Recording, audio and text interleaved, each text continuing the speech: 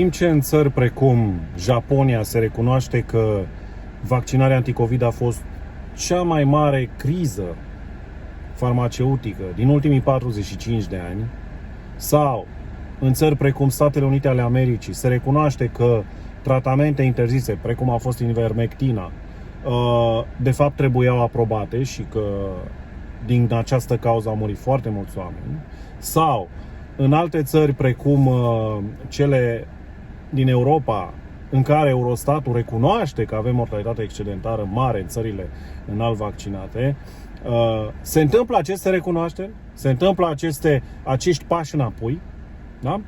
În România ce se întâmplă? Avem un proiect de HG, de Strategie Națională de Vaccinare, care cuplat cu un proiect aflat pe circuit în Parlament, care spune textual cum e cu vaccinarea obligatorie, inclusiv în situații epidemiologice, da? Poate duce la vaccinare obligatorie. Atenție, în HG nu se spune nimic despre obligativitate, dar nu se spune nimic nici despre opționalitate. Da?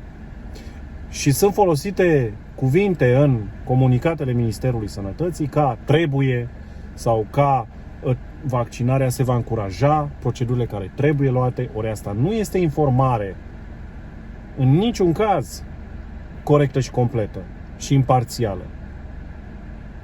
Motiv pentru care pe 17 august, în fața Ministerului Sănătății, joi 17 august, la ora 11, sunteți cu toții convocați, cei care mai doriți ca în această țară să nu fie impusă vaccinarea.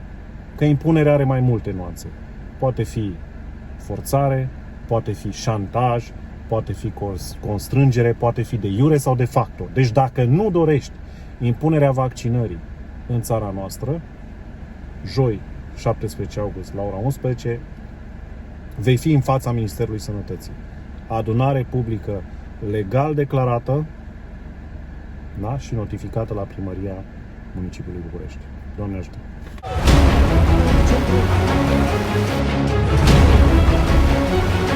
Thank you.